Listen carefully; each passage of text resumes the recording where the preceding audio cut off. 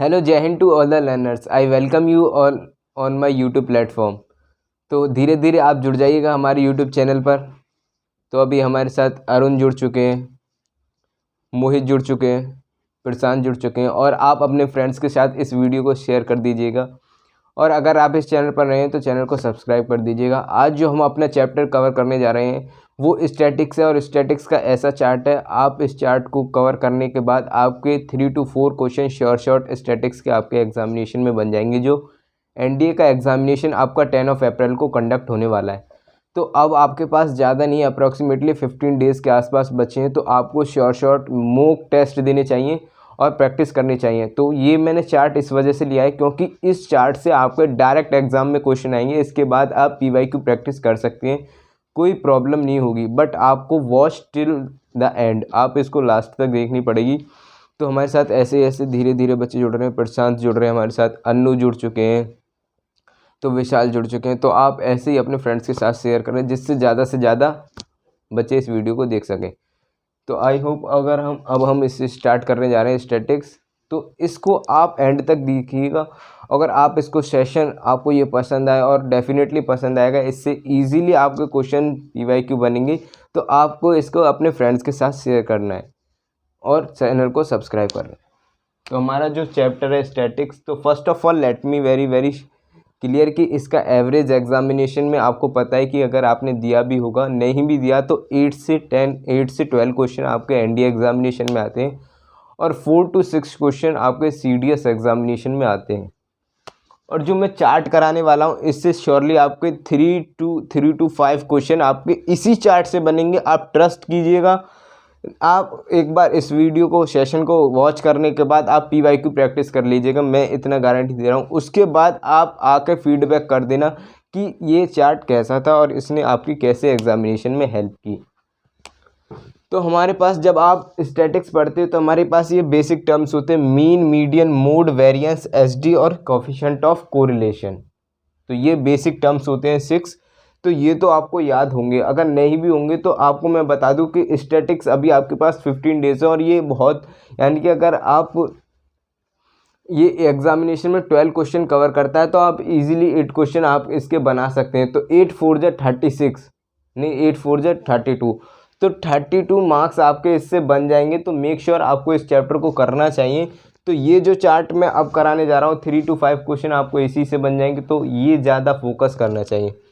तो mean, median, mode, variance, SD और coefficient of correlation, तो ये जो हमारे टर्म है ये आपको पता होंगे। मैं इतना तो आपसे एक्सपेक्ट कर रहा हूँ क्योंकि आपने पढ़ लिया होगा एक बार। बट ये हमको थोड़ा टर्म तो याद रहते हैं बट कैलकुलेशन में दिक्कत आती है। तो चलो कोई नहीं। तो अब हम ये करेंगे, चेंज ऑफ ओरिजिन क्या होता है और चेंज ऑफ स्केल क्या होता है। अपनी सिंपल लैंग्वेज में मैं समझाऊंगा आपको चेंज ऑफ ओरिजिन क्या होता है, change of scale. First of all we will understand what is change of scale, change of origin. तो चेंज ऑफ ओरिजिन होता है जैसे कि आपने कोई नंबर लिया, टेक वन नंबर, मैं बहुत इजीली समझा रहा हूँ कि आपने कोई 5 लिया, सपोज दैट 5 है, ये हमारे पास कोई नंबर है और इसमें आपने 2 ऐड कर दिया या 2 माइनस कर दिया। तो इसी ऐड करने को और माइनस करने को हम क्या कहते हैं, चेंज ऑफ ओरिजिन। यानी कोई भी आपने नंबर लिया, सपोज दैट आप कोई भी ले सकते हो, ये नहीं कि आपको 5 ही लेना है, दैट इज़ जो which is very compatible to you, तो आप वो ले सकते हो। तो यानी कि अगर हम 7 लें या कुछ भी ले सकते हैं, मैंने आपको बता दिया। तो इससे अच्छा आपको, इससे सिंपल लैंग्वेज में कोई नहीं समझा सकता। तो प्लस माइनस कर दें, हमें इसमें 5 कर दें, तो यानी कि इसी को हम क्या कहते हैं, चेंज ऑफ ओरिजिन।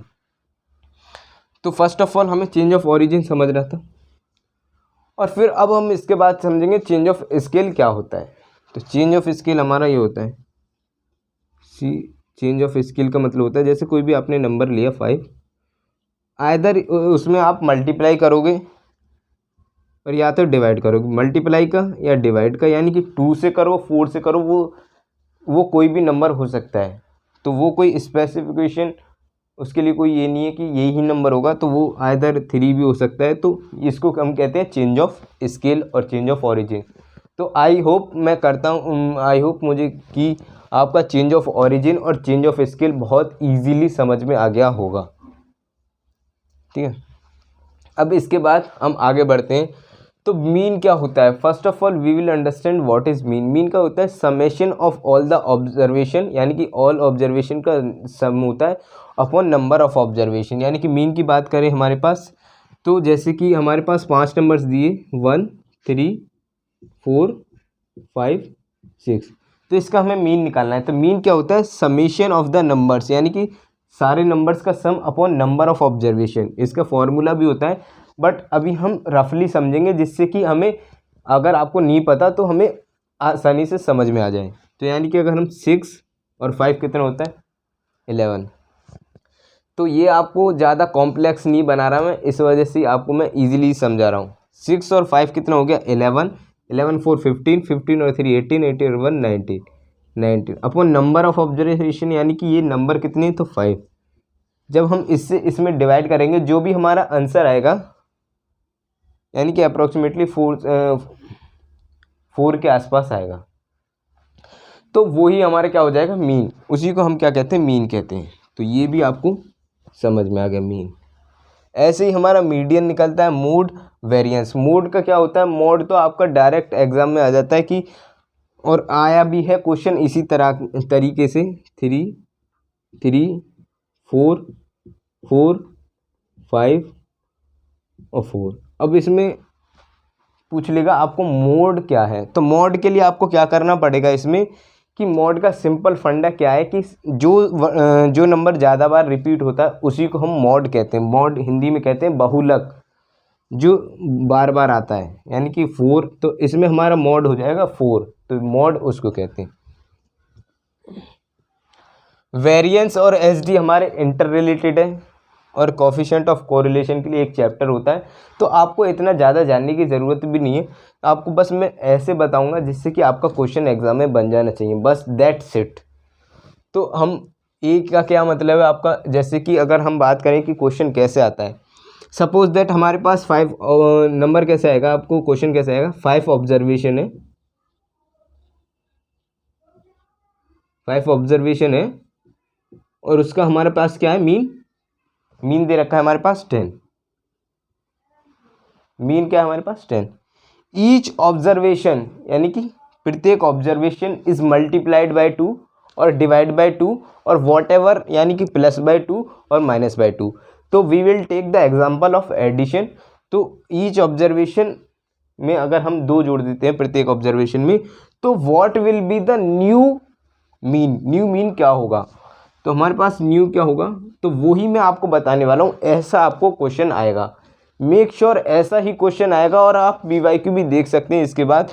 और मैं आपको बता सकता हूँ कि अगर ऐसे क्वेश्चन आते हैं तो इस चार्ट के बाद आपका एक भी क्वेश्चन ऐसा नहीं होगा, I can assure you, I can guarantee you, जो ना बने।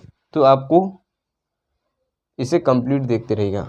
ये जो हमारे पास ओल्ड होता है, यानी कि पहले जो मैंने आपको बताया था कि यहाँ पे 10 5 ऑब्जर्वेशन का हमारे पास क्या आया था, मीन क्या आया था 10, यानी कि ये ओल्ड हो गया हमारे पास।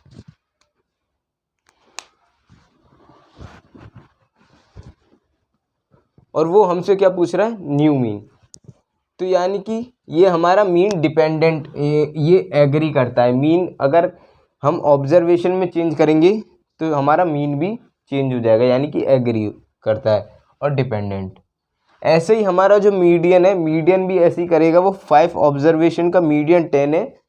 तो फिर अगर each observation is multiplied by 2, तो नेक्स्ट क्या होगा, तो उसमें भी हम मल्टीप्लाई कर देंगे। यानी कि आपको ये समझना होगा, ए का मतलब है एग्री करता है, और ऐसे ही हमारा मोड है, मोड भी एग्री करता है, और वेरिएंस है नॉट एग्री। तो वेरिएंस का मैं आपको बताने वाला हूँ कि ये क्या होता है। जैसे कि हमने देखा कि क्वेश्चन देखा कि आपको 10 ऑब्जर्वेशन दे रखी, और 10 ऑब्जर्वेशन का वेरिएंस आपको दे दिया 2, और ईच ऑब्जर्वेशन, यानी कि प्रत्येक ऑब्जर्वेशन में हम क्या करते हैं, -2 करते हैं। तो हमारा जो न्यू वेरिएंस होगा वो क्या होगा, तो आपको पता है कि ये नॉट एग्री, यानी कि ये इस पर डिपेंड होता ही नहीं है। तो जो हमारा ओल्ड होता है ना, वो ही हमारे पास क्या हो जाएगा, वेरिएंस 2 ही हो जाएगा। तो इससे हमारे पास कोई भी इम्पैक्ट नहीं पड़ेगा इस पर। तो ये इस वजह से आपको समझ में आ गया होगा। इसके बाद हमारे पास स्टैंडर्ड डेविएशन है। स्टैंडर्ड डेविएशन भी नॉट एग्री होता है, यानी कि ये भी डिपेंडेंट नहीं होता। और कोफिशिएंट ऑफ कोरिलेशन ये भी हमारे पास चेंज नहीं होता। तो या तो आप इसे एग्री कर सकते हैं या फिर चेंज कर सकते हैं। तो ये हमारे पास सी कर लें हम तो ज़्यादा हमारा इजी हो जाएगा, सी यानी कि चेंज। ये हमारे पास नॉट चेंज, ये नॉट चेंज, ये नॉट चेंज। तो अब अगर हम एग्ज़ाम का क्वेश्चन लें डायरेक्ट आपका, कि अभी मैं आपको एग्जांपल दूंगा और आपको अपने हैंड पे भी करना है और मैं आपको करके दिखाऊंगा, फिर आप मैच कर लीजिएगा कि आपका सही था नहीं। सपोज दैट आपको देता है कि 7 ऑब्जर्वेशन है हमारे पास, जिसका जो मीन है हमारे पास, इसका जो मीन है वो क्या दे रखा है, 10। 7 ऑब्जर्वेशन का mean 10। Each observation is multiplied by 2। सारी ऑब्जर्वेशन मल्टीप्लाइड बाय 2 हो गई, तो उसका न्यू मीन क्या हुआ, तो यानी कि उसका न्यू मीन हमारे पास 2 से मल्टीप्लाई इधर हुई ना। तो ऐसे ही हमारा मीन भी चेंज ऑफ स्केल में डिपेंडेंट है, यानी कि चेंज होता है। तो हम इसमें भी 2 से मल्टीप्लाई कर देंगे तो हमारा मीन हो जाएगा 20। तो ये इस तरह के क्वेश्चन बनते हैं एग्जाम में। चेंज ऑफ स्केल में हमारा यही होता है कि डिवाइड करना है। जैसे कि हमारे पास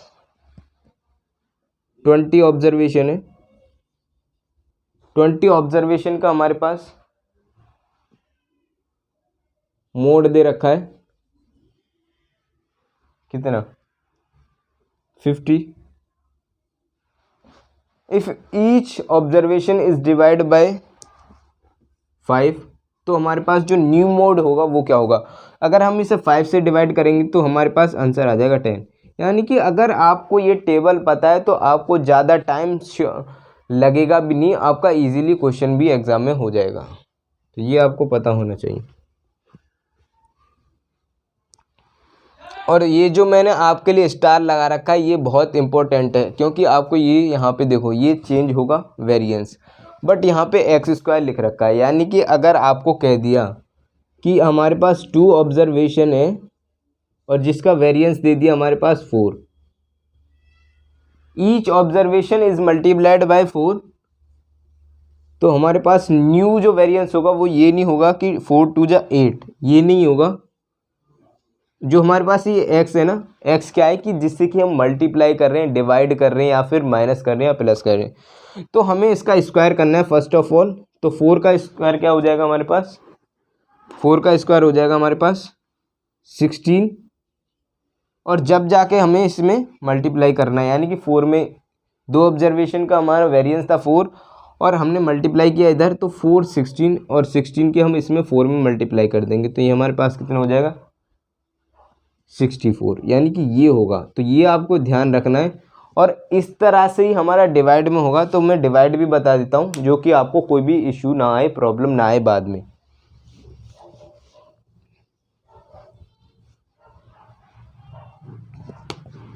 हमारे पास 4 ऑब्जर्वेशन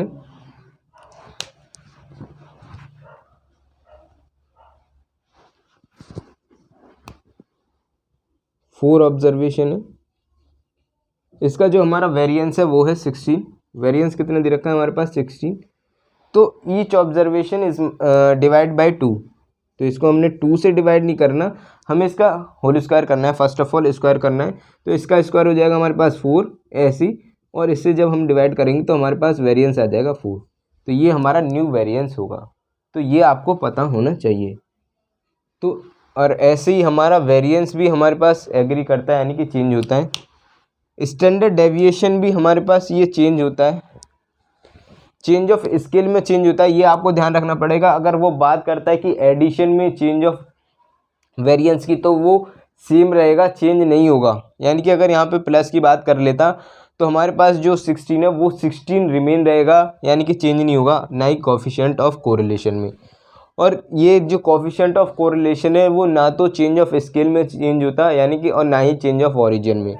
तो इस तरह के क्वेश्चन हमारे एग्जाम में बहुत बार पूछे गए हैं। तो आपको मेक श्योर एक बार और रिपीट करके क्या करना है कि PYQ लगाने, डायरेक्ट प्रैक्टिस भी नहीं करनी है ऐसे क्वेश्चन की। आप करोगे ना तो जैसा मैंने इजीली समझाया आपके क्वेश्चन सारे बन जाएंगे। और एक और क्वेश्चन हम ले लेते हैं, जैसे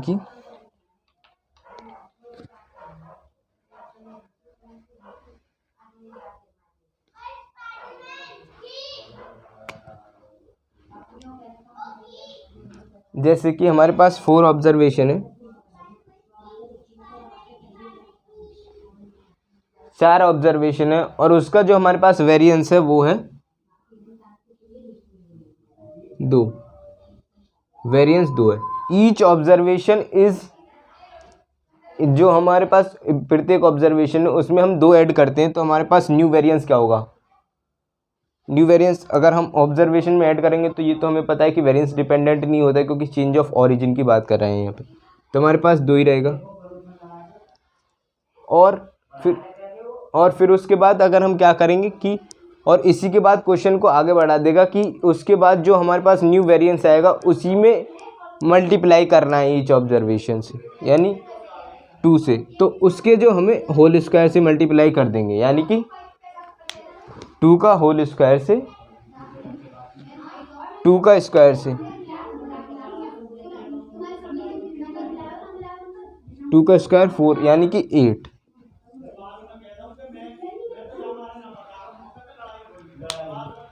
सो आई होप आपको ये सेशन बहुत पसंद आया होगा, और आप इस अगर चैनल पर नए हैं तो ऐसे ही सेशन के लिए आपको मैं बहुत अच्छा और PYQ भी कराने वाला हूँ। तो thank you for watching this video. जय हिंद टू ऑल।